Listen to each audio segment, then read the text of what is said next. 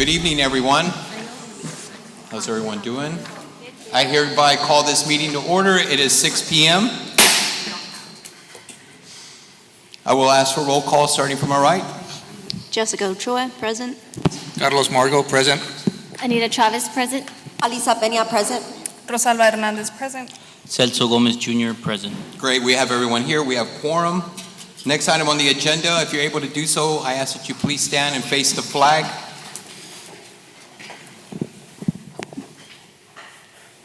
I pledge allegiance to the flag of the United States of America and to the republic for which it stands, one nation, under God, indivisible, with liberty and justice for all. You may be seated. All right, ladies and gentlemen, next item on the agenda is public comment. Madam Secretary, do we have anybody signed up for public comment tonight? We do not have anybody signed up for public comments. Okay, great. Seeing that there's none, let's go ahead and move over to agenda item number 5, Superintendent's updates and announcement. Dr. Sorensen? Excellent. So tonight, we would like to start off with a fantastic announcement. Dr. Little, if you would like to kick us off with the announcement of our ACE Campus Leadership.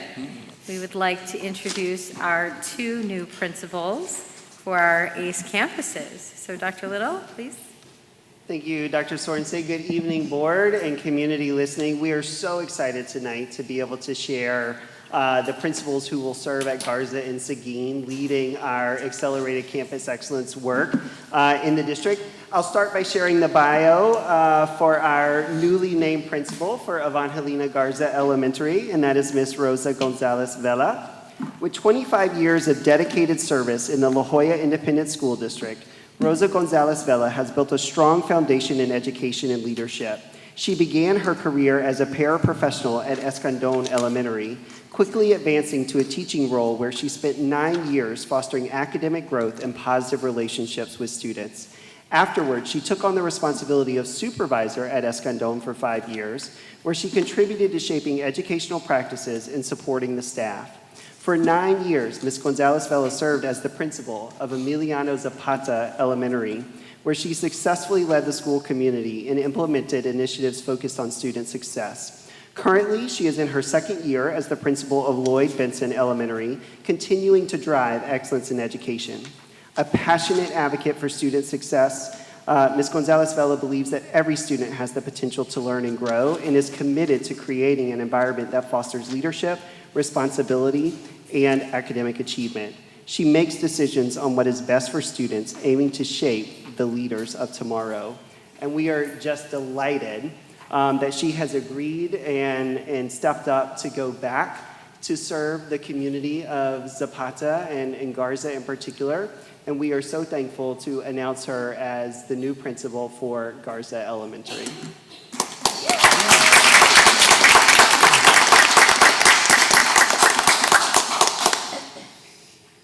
Good evening to all of the board members, Dr. Sorensen and the La Jolla ISD community. I am Rosa Gonzalez Vela, and I am honored to be the new principal at Evangelina Garza Elementary.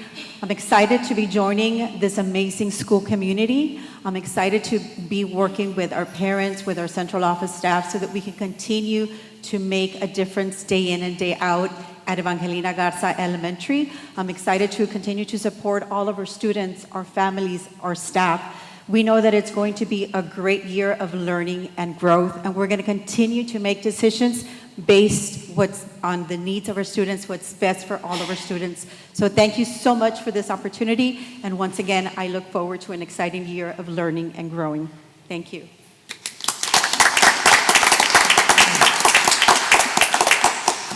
And next up, we are equally excited to share that Ms. Eliamar Lopez will be moving to Seguin Elementary.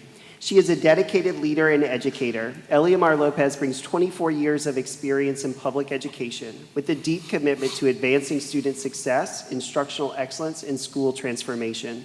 Throughout her career in La Jolla ISD, she has served as a teacher, reading specialist, instructional supervisor, assistant principal, and principal, gaining a comprehensive understanding of student learning and leadership. Ms. Lopez served as assistant principal and later at principal at Elodia Archapa Elementary, where she has played a key role in earning the 2019 U.S. Department of Education National Blue Ribbon designation. She holds degrees in interdisciplinary studies, bilingual education, educational administration, and communicative disorders in deaf education, equipping her to support diverse student needs and cultivate inclusive learning environments. Passionate about equity and engagement, Ms. Lopez has led initiatives that drive academic growth, teacher development, and a strong school culture. Committed to collaboration, she is eager to partner with students, educators, and families to build a thriving school community where every child can excel. And we have certainly felt that from her through this process and through her work at Chapa. It was a little hard to talk to her about leaving Chapa since she's been there a minute, but she is going to bring her heart and her passion and her capacity to serve all the students and families at Seguin.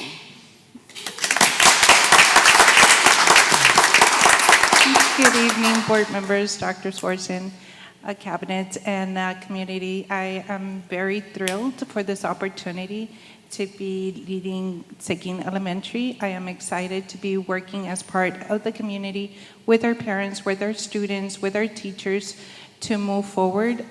We want to make sure that they feel safe, they feel comfortable, that they are there, and that they know that we care for them. And I'm just excited for this new opportunity. Thank you. Good job.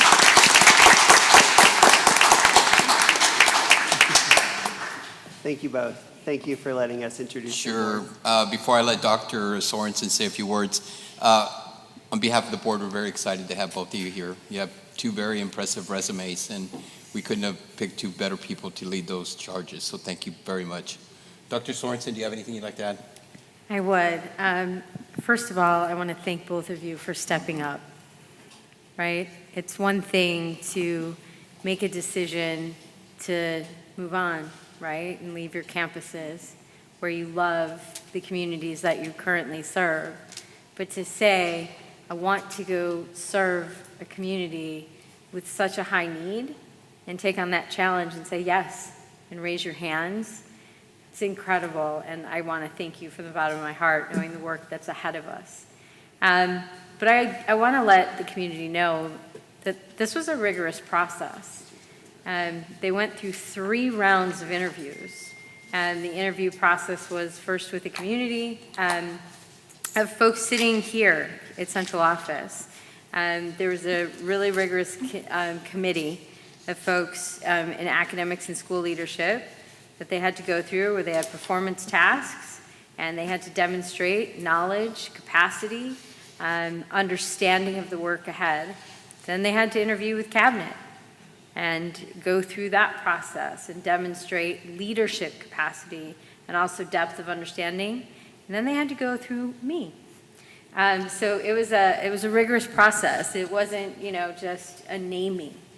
And so we want the community to understand that it was thoughtful, it was intentional. And I said this when we announced it at the principals meeting, that it wasn't just about skill. It is truly about who these women are as people.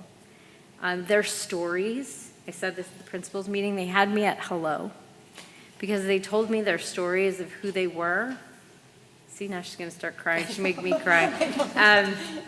But they told me their stories of who they were, from little girls, and how they grew up, and what that meant to them, and how that will contribute to their relationship with the communities that they're going to serve.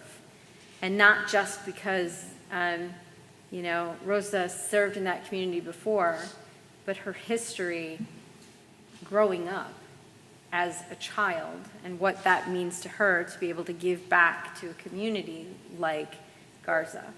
And the same thing with Elimar, and what her history is like, and how they both show up in that space. And so your leadership is fearless, it is fierce, it is intentional, and it is exactly what the children and families of those communities need. And so I am so excited to be able to support you, watch you bloom, and watch you do exactly what those communities need you to do for them and with them. So thank you so much for your leadership. Well said, Dr. Sorensen. Well said.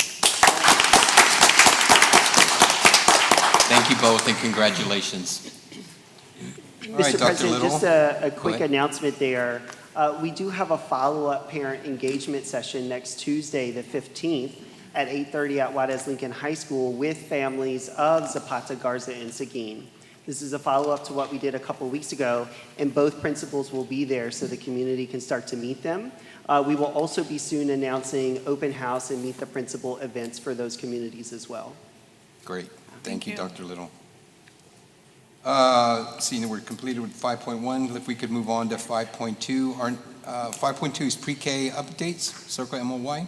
Dr. Little? Yes, thank you, Board and Mr. President. Very excited to be joined by Ms. Mayra Ramos tonight, who leads our early learning work in the district. This is a Lone Star Governance-like update. It's not quite one of our GPMs and goals, but we want to stay super transparent and clear on how we're doing in pre-K because it absolutely impacts every goal in GPM that we have set, both in the short term and in the long term. So Ms. Ramos is going to start by just giving you an overview of what we're talking about when we think about this pre-K data and what the assessment is that we're using and how it's set up. And then I'll give you a brief look at how we're doing so far this school year. Ms. Ramos, nice to see you again. Good evening, Mr. Alvarez, members of the board, Dr. Sorensen. I'm very excited to share with you this afternoon what our early learning department has been working with this school year in regards to our circle assessment and our creative curriculum. So this evening, we do want to share with you all what exactly is circle progress monitoring assessment that our pre-K 3 and pre-K 4 students are taking. This assessment helps us track the progress of our students in early literacy, math, and social emotional development. The data that our teachers utilize from this assessment helps us ensure that we're providing our students with appropriate, customized instruction in the areas of literacy, math, and social emotional development. Teachers are also able to utilize this data to integrate it with our creative curriculum, which is our high-quality instructional material that we are using in every single pre-K classroom. Our teachers are able to use this data to look at small group instruction, their learning centers, which we call interest areas, and all other instructional blocks throughout the day. So why early literacy at this age? Why do we assess our students as pre-K 3 and pre-K 4 students? It's very important that we look at the 5 domains that we test our students in, which are rapid vocabulary naming, rapid letter naming, early writing skills, mathematics, and social emotional, because we're able to look at what their needs are early in the game. We have our pre-K 3 and pre-K 4 students in our buildings, and we're able to utilize this data to ensure that we're providing those interventions early enough so that they have long-term academic success. And we do these assessments at 3 points in the year. It's a continuous cycle. We look at assessment data at the beginning of the year, middle of the year, and end of year. Once we collect the data, we look at the data, we evaluate the data and identify what are our next steps. What do teachers need to be doing in the classroom to align the needs of their students with our creative curriculum? And what kinds of activities are we planning? How are we intentionally identifying rapid letter naming in our curriculum so that it is very intentionally taught throughout the instructional day? And then we let our teachers teach. We go and we visit classrooms, we provide support, and then the cycle starts all over again at middle of the year and then at end of year. So I mentioned the 5 domain assessments that we assess our pre-K 3 and pre-K 4 students. So the first area will be rapid letter naming. And this is an assessment that is a 60-second assessment. Every 3 seconds, our little pre-K 3 and pre-K 4 students are looking at a new letter, and they have 3 seconds to identify the letter. and it's either going to be an uppercase or a lowercase letter. So they do this for 60 seconds, and that's the assessment for rapid letter naming. Then we have rapid vocabulary. In rapid vocabulary, we are using this assessment to measure and get an insight of what our child's expressive language is. This is how we're developing language with our little pre-K3 and pre-K4 students. And it's the same process as rapid letter naming. They have 60 seconds, and every 3 seconds they get a new object, a new picture, and they need to be able to identify that picture. And then we have mathematics. Mathematics is not timed, and several skills, there's several subtests that are evaluated during mathematics. They're looking at rote counting, shape naming, number discrimination, number naming, shape discrimination, counting sets, and operations. Those are the 3 that we will be sharing data with you today. The other 2 domains are checklists that our teachers also are observing throughout the year, and they're checking for early writing expression from students. Are they already forming letters? Are they writing, using writing conventions? And does their writing convey a meaning? Are we seeing that evolve throughout the year? And then health and wellness checklists, our kids learning how to get along. Our students learning how to collaborate and work together. And that's what we're building during our pre-K3 and pre-K4 classrooms. Thank you, Ms. Ramos. Before we dig into the data, I just want to make one connection. So our next presentation is going to be about literacy curriculum and what we're adopting there. We've had a lot of conversations about the importance of foundational literacy and in the early work. Myra just did a beautiful job of laying out some of those key things that students at 3 and at 4-year-olds are having to develop. It's really hard, if not impossible, to read if you don't know what letters and letter sounds are. And so that really starts in this space. So the investment that you as the board and we as the district are making into this work is very much part of our continuum as we think about our overall goals and student outcomes, whether that's reading, literacy, or mathematics. So just wanted to sort of connect those dots as we look at this data. This first slide is actually looking at comparative data with us, the region, and the state from last school year, along with showing where we are thus far this school year. So we're the bright blue bars up there. The ones that are shorter are our progress to date. So we haven't finished the school year. We are expecting more growth. Our littlest learners are incredibly resilient and quick at picking up new knowledge and skills, so they grow pretty rapidly in most cases. So we actually think we are on pace to actually meet where we were last year. And what's super exciting about this data as we compare ourselves to the region in red or the state in the gray is La Jolla is actually at or leading where we were with pre-K students overall in these comparisons. Again, we've got to get to a place where 100% every student is actually excelling and achieving, but there's a strong foundation there. So with the work that the team has been doing with curricular implementation, really supporting teachers to build improved practices, this can only get better.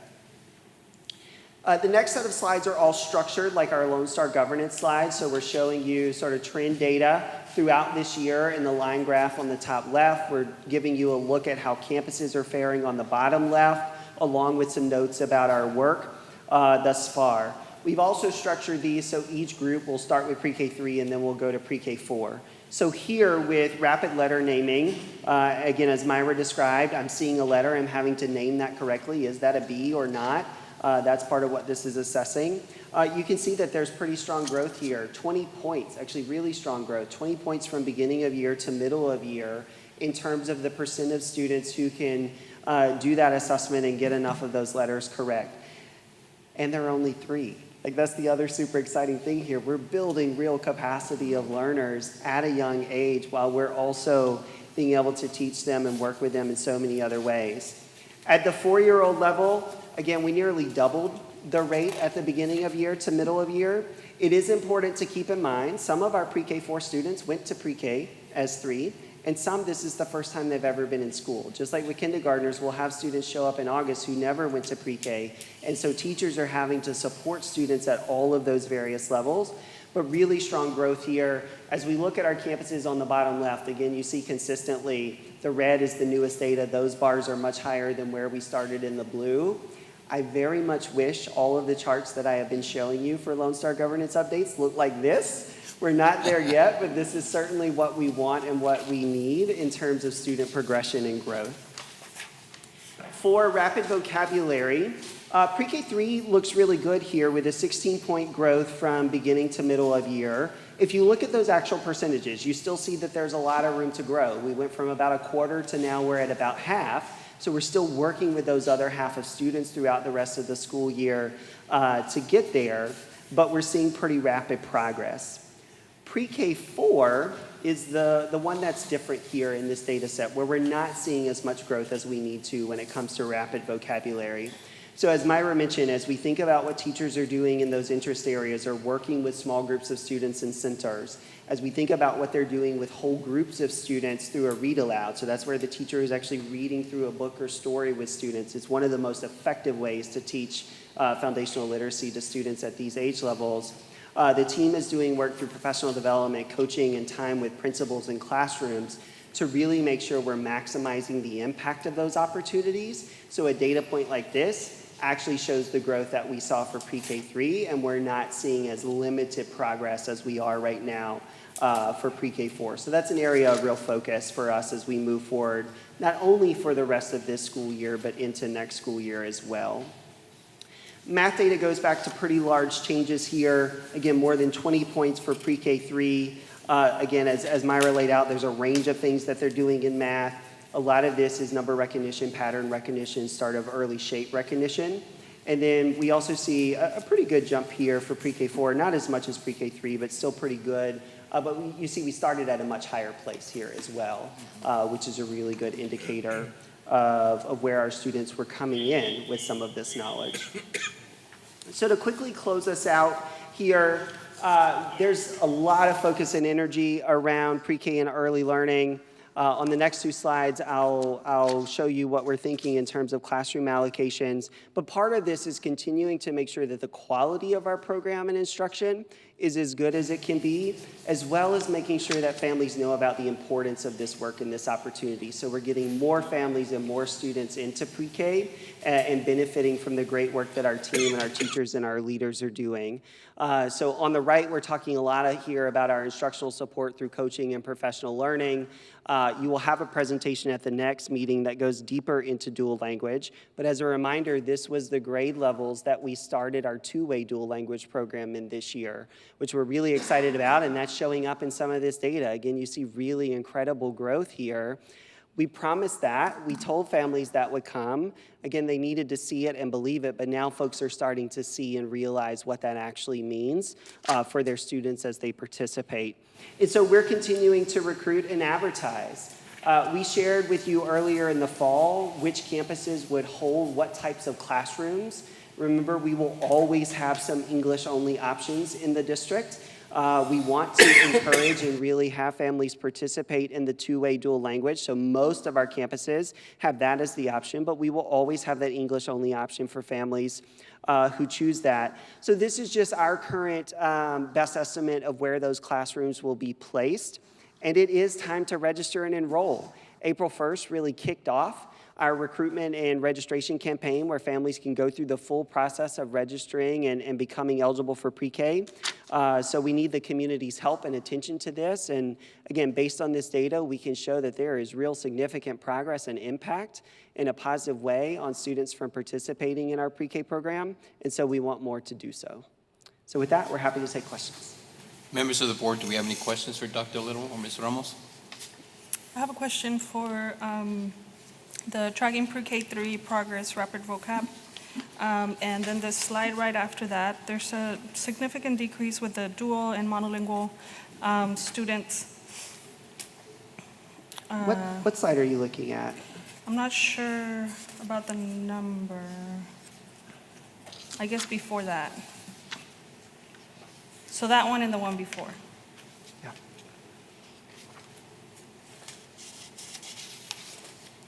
These two? Yeah, About so just the rapid difference vocab? between the monolingual and the dual students. What explains, or was there a difference on how we're testing them? The only difference in the assessment may be which language they're assessing in. So if they're in a monolingual classroom, again, that's an English-only instruction classroom, so they're going to be assessing all in English. If it is a dual language classroom, they're spending most of their time actually right now with Spanish language instruction, less of the time in English. That's part of our dual language model as we build up to a 50-50 later in elementary school. So these students are often testing in both languages. They're doing Spanish and English. So part of this is students just getting comfortable with that. What we start to see later on, though, is dual language students have much more rapid growth and acceleration in both languages over time. So right now they're testing in both languages? I In didn't hear pre-K that, I'm 3 and sorry. 4? I couldn't hear you. Right now they're testing in both languages, pre-K 3 and pre-K 4? Yes, most students will be. The part of what the school does, not just for pre-K, but for all grade levels, is there's a group called the LPAC that makes those language testing decisions. But the vast majority of students in the two-way classroom are testing in both languages, if only for the purpose of the teacher knowing how to support the student in both languages, even if that isn't their official test. Thank you. Members, do we have any other questions for Dr. Little and Ms. Ramos? All right, Dr. Little, you may proceed with the next agenda item. And I think Ms. Lozano will be joining you. Yes, she will. Great. All right, so we are back to hopefully close the loop on our high-quality instructional material adoption for K-8 reading for next year. So again, Ms. Lozano is going to walk us through a lot of what's been happening since we gave you the initial presentation about 6 weeks ago. Just a couple things to remind us of before we start this conversation.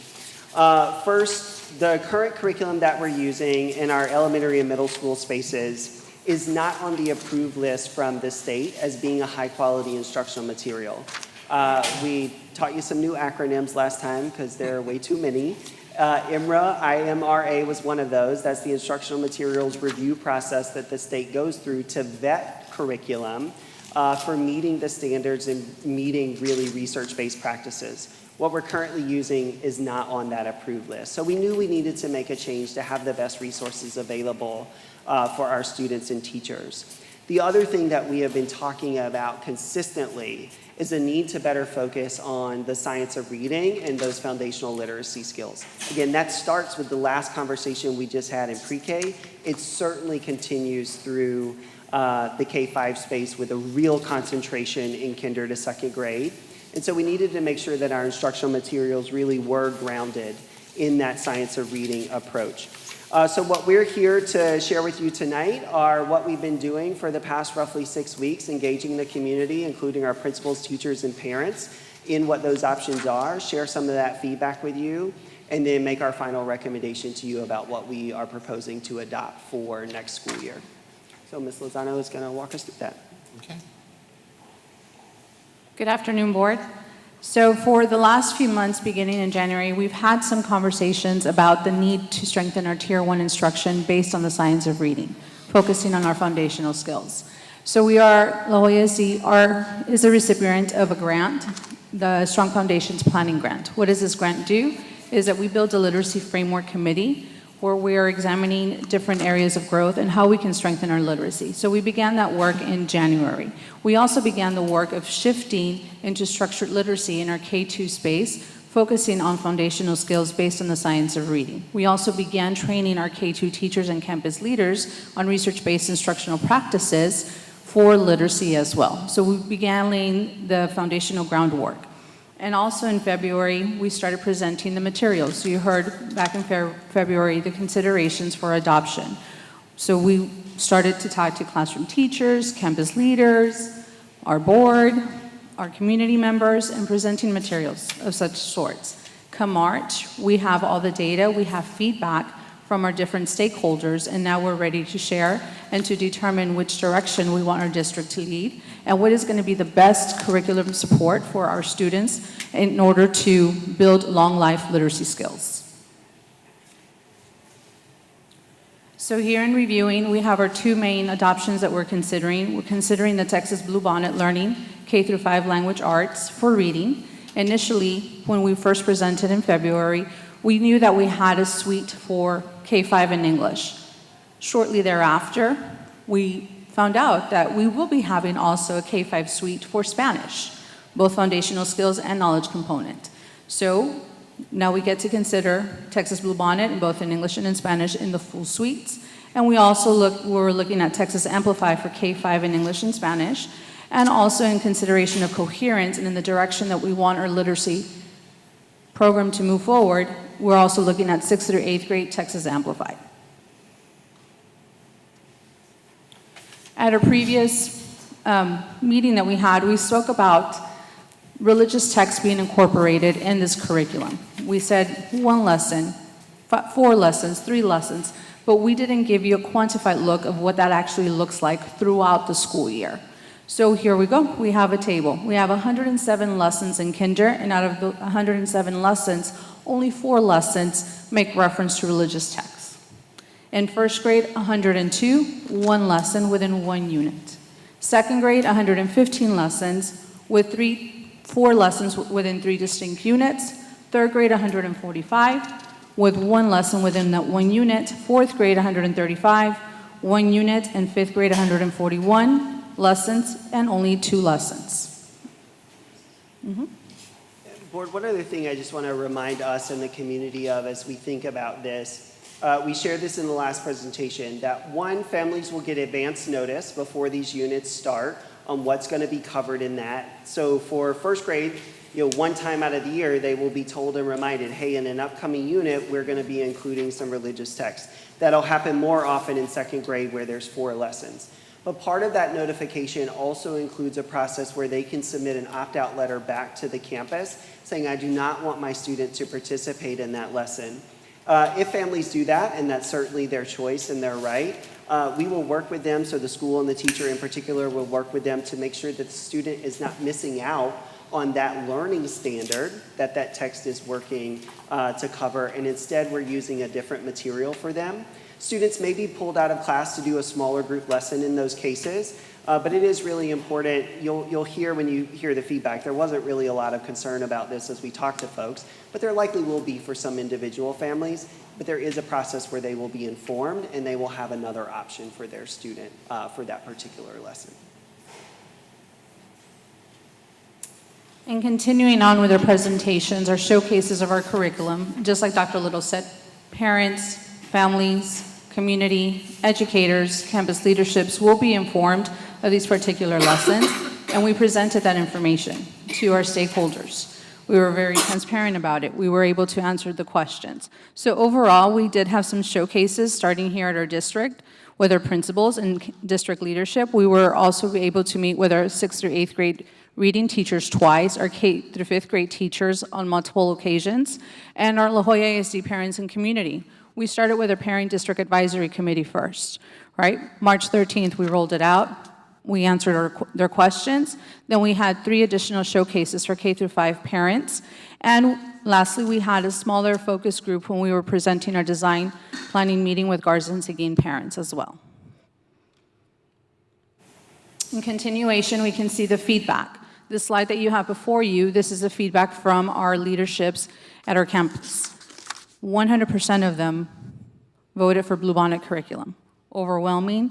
We answered questions. They had curriculum examples before them. They were able to see both. So they are excited about it. That's one of the quotes that we received back from them. And they're understanding the level of complex text that our students are going to be exposed to and are excited about the variety of texts that our students will be able to be exposed to throughout the different units that our students will be having. Educator feedback. Here we have another pie graph where more than half, more than 3/4 of our educators are preferring Bluebonnet curriculum for next year. Some of the quotes include, new curriculum is open to new challenges and is good for the students and teachers, right? So they're recognizing that challenge is a positive thing. This change is a positive. We're moving in the right direction for our students, both in our foundational skills area and our knowledge area. This is a parent and community feedback. Overwhelming response, 89% Bluebonnet. They're excited about it. Los materiales son de alto interés y amigables para los estudiantes. They're recognizing that the text is of high value, of high interest to our students. They're excited to have their kids come home and talk to them about the life cycle of a tadpole, of a frog, the tadpole, because that's something they get to see. And the text level, it's complex and it's on grade level. So overall, there's an overwhelming positive choice for our Bluebonnet curriculum. So at La Jolla ISD, we do feel that Bluebonnet Reading Language Arts is the choice for our students. Parents appreciate the structured, research-based approach when we're looking at our foundational skills. District and campus leadership, they value the curriculum alignment from kinder all the way to 5th grade. And also, they were curious, so if this is what we're doing in K-5, what are our middle schoolers going to see? So we showcase our curriculum option for amplifying the coherence from our elementary grades up into secondary spaces. Our teachers, they're praising the high-quality materials that are before them, the content that is before our students, that our students will be exposed to. So overall, we recognize the focus that the science of reading is essential for our students. There's engaging content, and we have different options and ability to support learners of different backgrounds. And so, board, just to be super clear with our recommendation, for kinder to 5th grade, we are recommending adopting Texas Bluebonnet. That will be in English and in Spanish. In middle school, remember, we didn't really have multiple options because TEA has not yet developed a Bluebonnet version for grades 6 to 8. So we would move forward with Texas Amplify for grades 6 to 8, at least for the next couple years while we're anticipating a Bluebonnet adoption to come at a later date.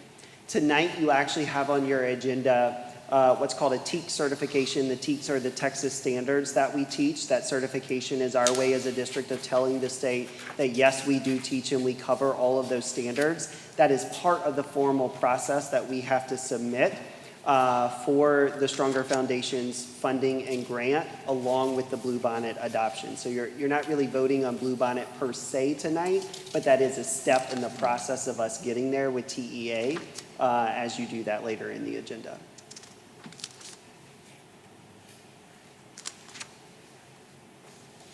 Members of the board, do you have any questions? I have a question. So I see that there's an overwhelming support for Bluebonnet learning, but there's about 10% from the community and educators still for Amplify. What is their reasoning behind that? So we actually showcase both curriculums at the same time. We have materials of both. One would think not, but we did. What parents and educators and families were really sold on was the quality, that it's aligned 100% to our TEACs, and that is an open resource. So what does that mean for our families? They have access to it 24/7. Our families will be able to jump on the website with guidance from the district, from the campus, from the teachers, and actually see what their students are learning, not have to wonder. So the fact that our parents have access to that readily without having to log in, without having to dig around, they're getting to be able to assist their kids, and transparency of the curriculum.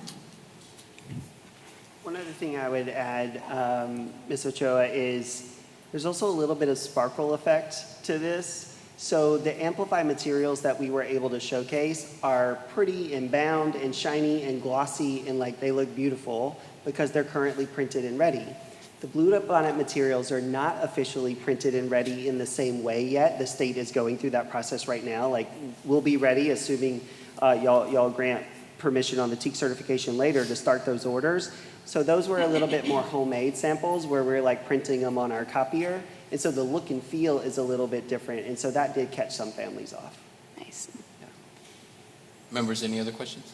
I don't have a question, I just do have a comment because in reading just about the Bluebonnet curriculum, I had all the questions, right, when we think about just like religion. And thankfully, I was encouraged by Dr. Sorensen to get involved and ask all of the questions. So I was able to attend an admin meeting when they were presenting on Bluebonnet. And I think it's really important to outline that the context of how this religious text is presented was really important for me to see, right?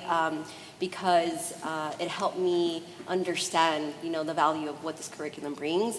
And two, the fact that our parents have an option to either opt in or out, I think is a big deal. So Thank you, Dr. Sorensen, for kind of encouraging me to get involved and ask the questions. And I'm going to extend the same kind of invitation to our parents, knowing that that information is available and all the resources are there. Find out what your students are learning, and so you understand, how the religious context is presented, right? Because the way the media was portraying it was in a different light and a different lens. So just wanted to let the community know that I was asking a lot of questions.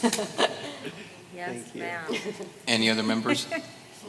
So what I'd like to say is anytime somebody approached me about this, I watched your presentation that you did some time back, and it was a great presentation. And then the staff briefings that you provided, Ms. Lozano, were excellent. So it made it really easy.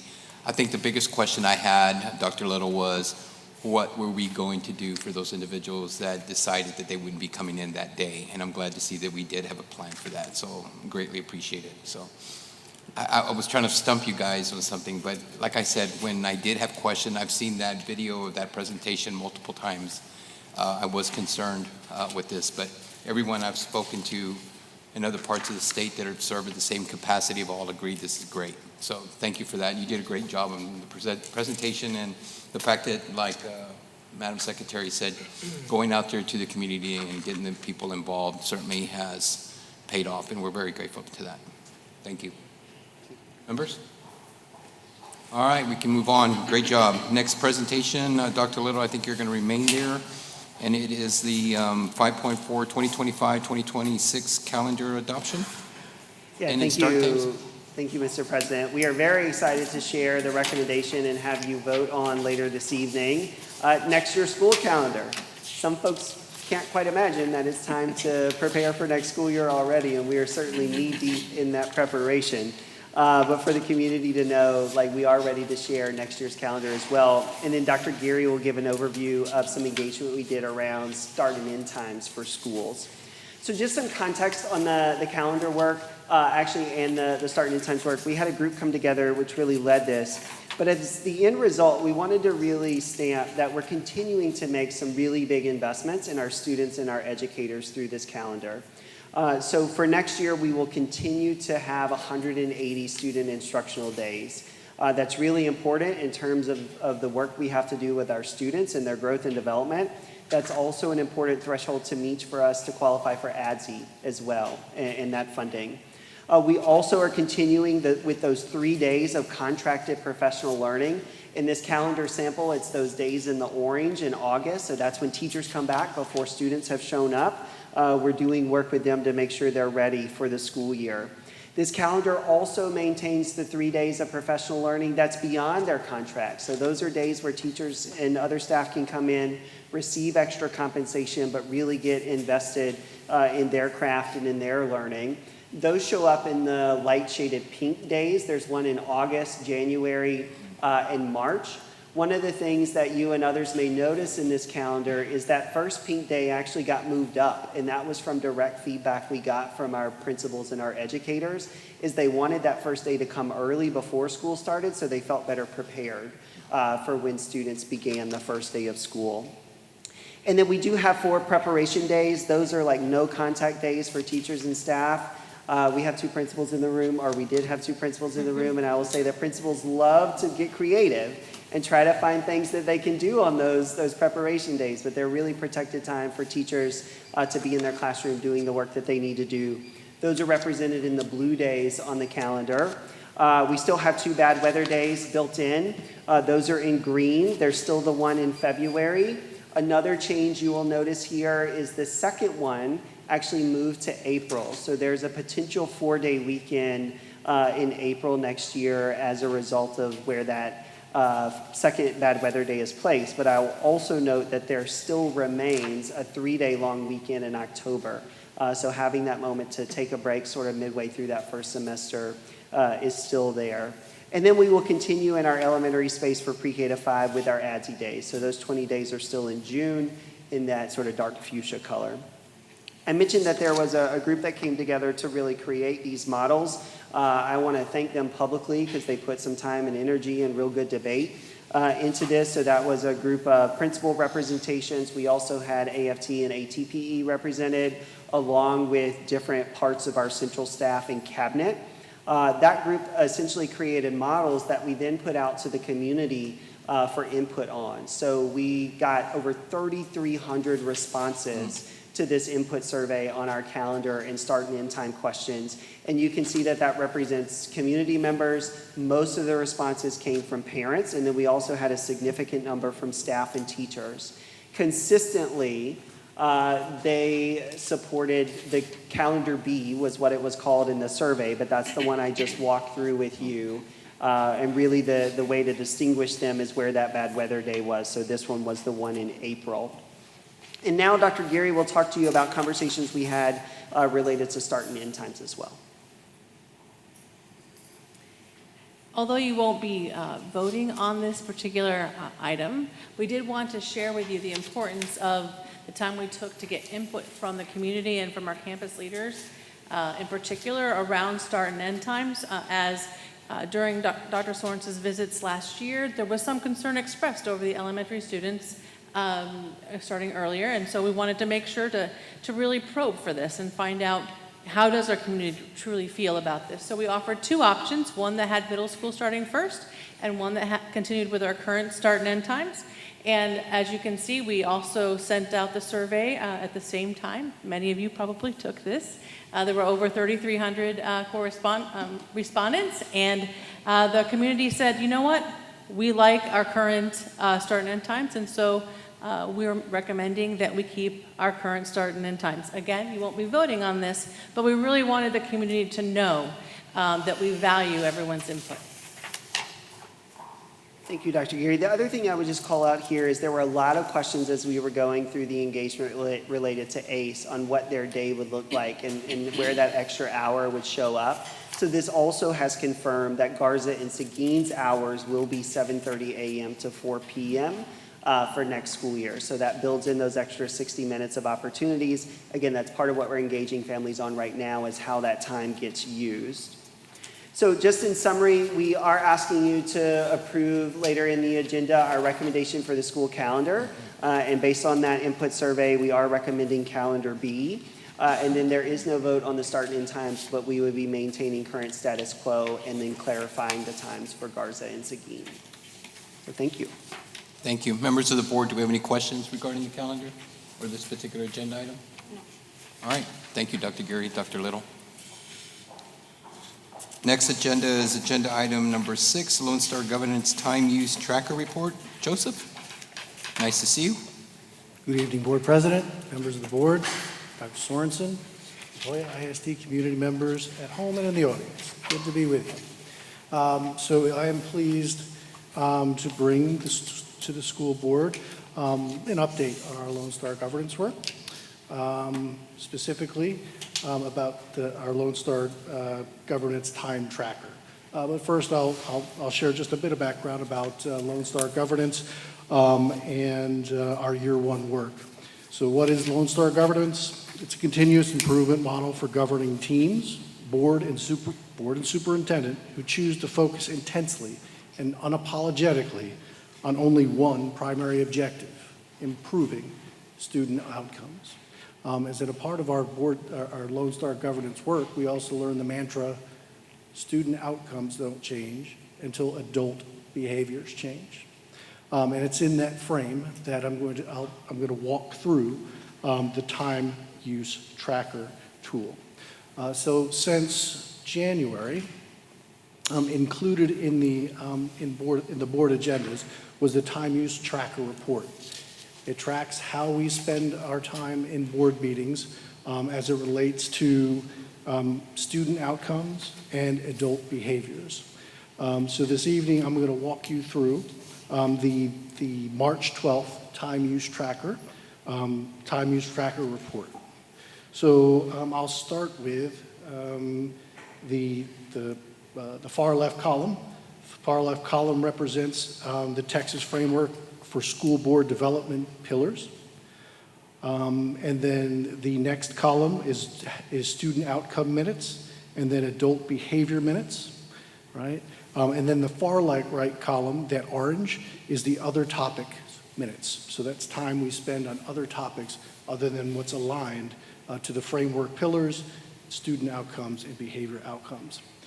So aligned to vision and goals, you can see that we spent 0 minutes on student outcomes at the March 12th meeting, and 0 minutes on adult behaviors as it relates to vision and goals. We spent, under progress and accountability, 23 minutes receiving, discussing, and voting on student outcome goal monitor reports according to the board adopted monitoring calendar. So as a part of our Lone Star governance goal progress measures presentations, that's what accounts for those 23 minutes. Minutes evaluating the superintendent on student outcome goals, GPMs, and constraints, that was 0. And we also spent 0 minutes on performing board self-evaluations using the Lone Star Integrity Instrument. So the board has done its self-evaluations in previous meetings, and so subsequent to those meetings, we would have minutes into that green box. Then we have systems and processes. So minutes discussing, debating, and voting on agenda items, including the consent agenda. So on the March 12th meeting, we spent a total of 5 minutes. And so that accounts for other topic minutes. Under advocacy and engagement, we spent 0 minutes in that space. And then aligned to the pillar of synergy and teamwork. So this is minutes fulfilling statutorily required public hearings, forums, and our public comment period. Minutes fulfilling statutorily required Lone Star governance workshops, and minutes in closed session as permitted by law. And so that little bitty number on there, 134 minutes, accounts for synergy and teamwork aligned time. And then you can see totals at the bottom, right? So total time focused on student outcomes was 23 minutes at our last board meeting. We spent 0 minutes around adult behaviors. And then I'm going to go to the far right, other topic minutes. So addressing other topics, we spent a total of 76 minutes. And that yellow-orange box in the middle, 99 minutes, that's the total amount of time that we spent in the public part of our board meeting. So below that turns those minutes into percentages, right? And as you can see, we spent a total of approximately 23.25% of our time addressing student outcomes. Below that, you'll see a few more tables that are also tracked meeting to meeting. I'll start with the top left, smaller table there, and that is the number of school board members present. Everybody was present in our last meeting, all accounted for, 100%. Just below that, the number of consent agenda items that we had, 13. So, and then we had other agenda items, so those could be our action items, where there were 7 total.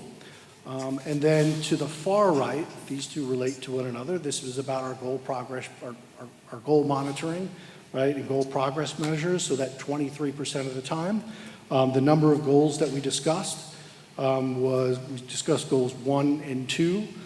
We looked at early grades literacy, early grades literacy, as well as Texas Tech KIA math. So goals 1 and 2, both GPMs 1 and 3. And so that's two goals discussed. Goals on target, 0 goals on target because we had one goal that was slightly, we determined as slightly off, and then the other goal we determined was an update only. And so GPMs discussed 2 with GPMs on target 0. So with that, I'll take any questions from the board members about anything about the time use tracker. The only other thing I will add is that as a part of each board meeting going forward, I'll be doing a brief presentation over how we spent our time according to the time use tracker, the previous board meeting. Members of the board, do we have any questions for Joseph? Joseph, if I remember correctly, I think in terms of the amount of time that we're spending on student outcome would be considered favorable if it's over 50%? Is that the... That is one of the benchmarks that we are working towards, yes, ma'am. That being said, we have a ways to go, so thank you for putting this together for us and for holding us accountable, because that's important. If we're going to hold other people accountable, we have to hold ourselves accountable to that too. So thank you. Thank you. Board President, can I comment? Yes, please. I think one of the things as we grow as a board, and I think that, Deanna and I have had conversation about this as our conservator, is that one of the reasons I think in reflection, as we grow, we want to spend a lot of time also, and this is something we can think about as a board, how much time do we also spend on other items because we want to be transparent to the public. That isn't just about board goals and just isn't about goal progress measures, because some of the presentations that we do here are intentional for transparency, because we want to share information not only with the board and share with you all the work that is going on, whether it be about staffing or budget or other items, but we also want to be transparent with the community and with our stakeholders. And so you get dinged, for lack of a better term, for what it is that we are attempting to do around transparency as we work on other work streams throughout our organization. And so I want us to think about, as a board, as we grow, right, how much of that do we do in order to maintain transparency with our community, as that is something that our community really requires and needs of us right now, and we should give to them. So I want us to also be really thoughtful and careful about that as well. And it's something that I have actually talked about with our conservator as we continue to grow in the Lone Star governance process. But thank you for the accountability, because as we then do our instrument, right, as we evaluate ourselves, we'll have to keep that into account as we then also score ourselves next time around our time use. So thank you, Board President, for allowing me the time. Well said. Joseph, I'm curious, how often will you be reporting this to us? I will be providing this report at each meeting. At what? Every meeting. Every meeting? Good. So do you think we can do better than 23? I'm flunking. No, thank you. We do have some work, and I appreciate the comment that Secretary Peña said about being transparent. There is a lot of work still being done behind the scenes that many of us as board members do, so I do want the people to understand not only visits at the campus, but the work that's laid out in front of us prior to preparing for meetings such as this. So thank you for that. Joseph, good presentation. Thank you. And thank you for the reminder. Next item on the agenda, Joseph, I think that concludes your presentation. Diana, our conservator. Ms. Barrera, our TEA conservator report. Good evening. President Alvarez, Dr. Sorensen, members of the board. I will be brief tonight, as I will be more extensive in my report next board meeting. We are still at the point where we just have exit criteria right now. And I'm going to read those to you so that you know what these are. These have already been established, and we will be establishing goals and goal progress measures under each of these. So the first one is by May 2029, La Jolla ISD Board of Managers and/or board members will score a meets focus on the LSG integrity instrument in the areas of vision and goals, progress and accountability systems and processes, consistent with high-performing governance teams. So the reason that we're doing Lone Star governance, it's not to check a box. We need to be and exude an LSG board. And by that, it's very different than what typical boards look like, sound like, and act like. And so I hear you're holding yourselves accountable. I love it. You're right. We need to do that. But this is a huge intervention. And so I want to say I'm okay with the time right now because, again, part of the reason that you are here is because of the lack of transparency and all the things that were happening. So we want to make sure, you want to make sure, and your superintendent wants to make sure that the community understands the work that you're doing. And so to do that, Dr. Sorensen and her team have to submit these reports and share with you like all the data that they have so that you can understand what's driving the decisions that you eventually have to make as a board. And so I'm not concerned with the time. We will get better with that. But right now, the focus is doing the work, right? Making sure that student outcomes do change. So the goals and goal progress measures that I'll be writing for this plan are going to be about policy and also about the behavior of board members. And again, I mentioned to you last time, some of these things are going to be things that you are not doing or never did, but that the board previous to you did. And again, that's what got us all here. So we want to make sure, because eventually board members are going to be coming back on. And so these expectations are going to be for them as well. So that's why we want to create this. So the second one is by 2029, La Jolla ISD will conduct a comprehensive financial audit of district financial controls, addressing all findings and meet all federal and state regulations, Financial Accountability System Resource Guide, and the Texas Education Code. So you've been hearing about this audit. It is in the process of being finished and sent to the district. I believe that in May, one of the board meetings, you will receive, and the whole community will get a presentation on what those findings are. So based on that audit and those findings, we will write the goals and goal progress measures for this, for the exit criteria. So that's why we don't have any yet. So we will have this and do this in May. For April, we'll do the first exit criteria for the board. And then in June, we will do the third exit criteria, which is by May 2029, La Jolla ISD will ensure that all campuses in the district are rated an overall A to C in the Texas Accountability System. I understand that we currently are rated a B. We want it to go up. So we're challenging ourselves. You hear it all the time with how the team speaks and how you guys speak. We want to be an A. So just because it has that doesn't mean that that's going to be good enough. I think for us, good enough is going to be an A, because we know that our kids are capable of doing it. We know we have amazing staff, leadership, and wonderful teachers that are going to be able to get this job done for us. So we are waiting for the special ed audit that I know is almost done as well. We'll be using these, all these scores that you've been seeing, these assessment scores, BOY, MOI. We're going to get end of year scores. And so we're going to use those to craft specific goals and goal progress measures for ourselves. Also, we'll be able to utilize preliminary STAR scores and any other data that we have. So we will work with the superintendent and the team to make sure that these goals and goal progress measures are going to challenge us, right? All of us, to challenge all of us to be able to meet these exit criteria, so that by the time everybody that's here leaves, we are leaving La Jolla ISD a much better, a much higher achieving district, and a district that has exceptional governance.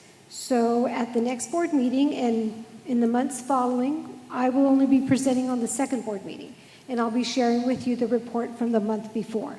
I send reports to the agency by the 5th of every month, and so by the time they approve the report, it's a little bit later. So you'll be getting them a month in the rears. Does anybody have any questions for me? Members of the board, do we have any questions for Dr. Barrera? Awesome, thank you. We have none. Thank you, Barrera, and thank you for making the trip down here to visit with us. All right, next item on the agenda is consent agenda item is number 8. Do I have a motion? I move to approve the consent agenda. Do I have a second? I second the motion. All in favor signify by saying aye. Aye. All opposed, motion carries. Ladies and gentlemen, next item on the agenda will be the closed session. It is 7:04.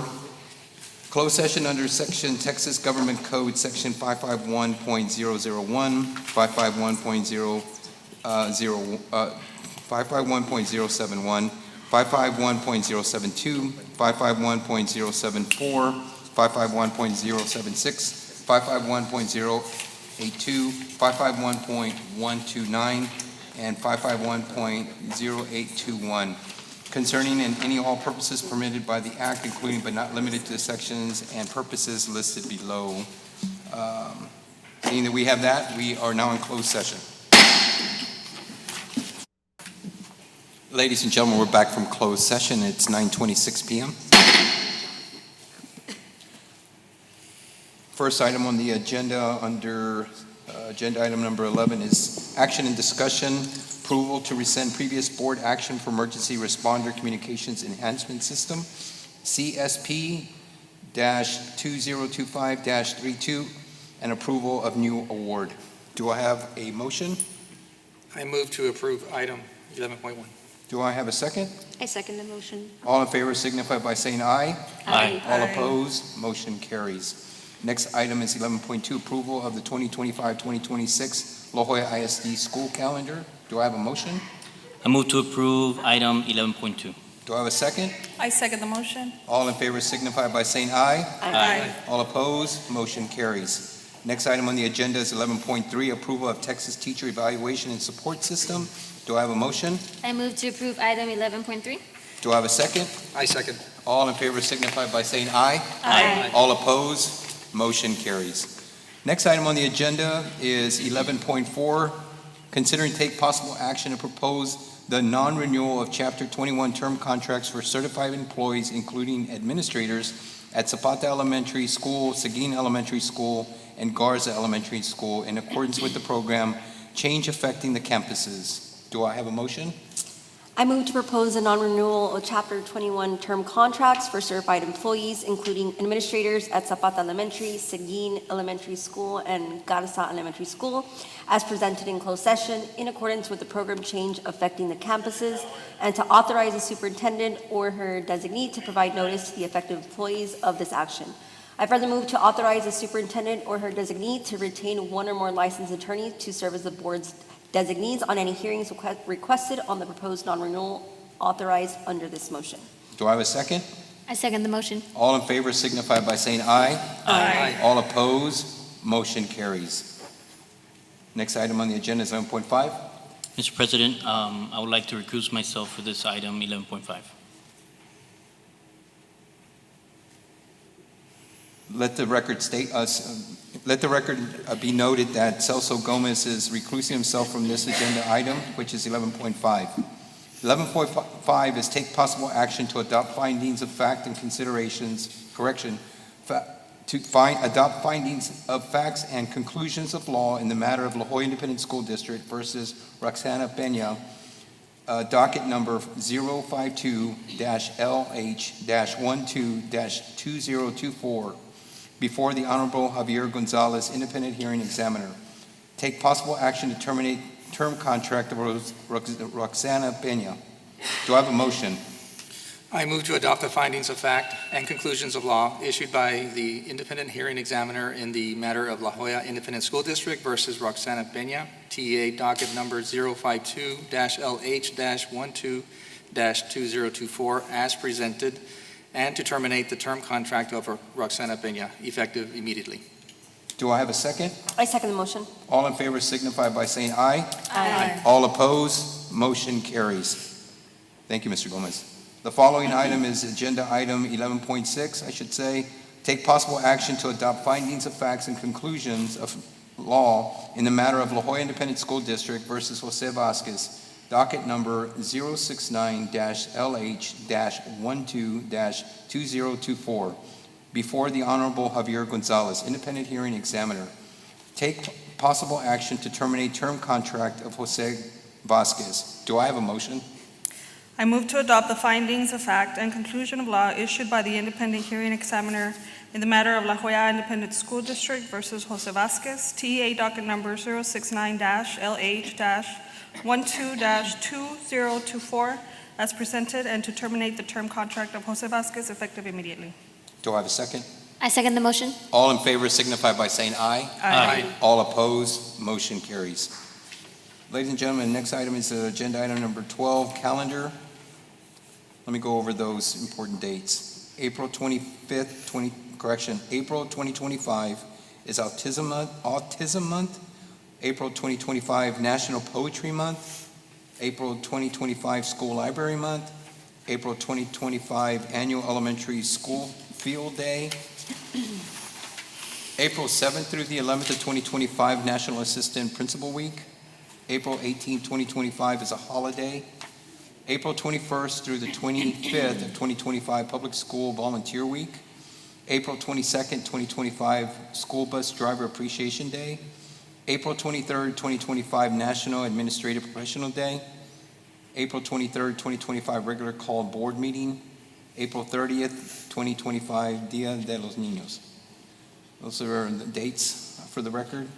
Agenda item 13, this gives us an opportunity as board members to make any comments or remarks before we conclude tonight's meeting. Does anyone have anything to say? I'd like to say thank you to Dr. Swarson, to the cabinet, to our teachers during the emergency preparedness, the tornado warning, the flood, everything happened that day. So thank you for reacting so quickly, keeping our children safe. Anyone else like to make any comments? I will just say really quickly that last Friday, we celebrated our great librarians across the district.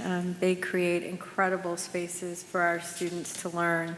And so I really want to shout out to our librarians. And then, of course, this week, we lift up our assistant principals across the district. And so thank you, assistant principals. We know that you are just side by side, shoulder to shoulder, doing great work with our principals, and couldn't do it without you. So thank you so much for all that you do and all that you give every single day to our teachers, to our students, to our families, to our communities, but most of all, to your principals. Great. Any other board members like to add anything before we conclude? I have a personal remark that I'd like to say. I was very fortunate. In my prior life, I was Texas Highway Patrol, and I'm glad to see that we have one of our own, Victor Morris, who was a member of Texas Highway Patrol in my recruit class of A2000 show and go. So I'm glad to see that he's here working with the school district. Seeing that we have no one else that'd like to provide remarks, do I have a motion to adjourn? I move to adjourn this meeting at 9:34 p.m. Do I have a second? I second the motion. All in favor signify by saying aye. Aye. All opposed? Meeting is adjourned. Everyone have a good evening.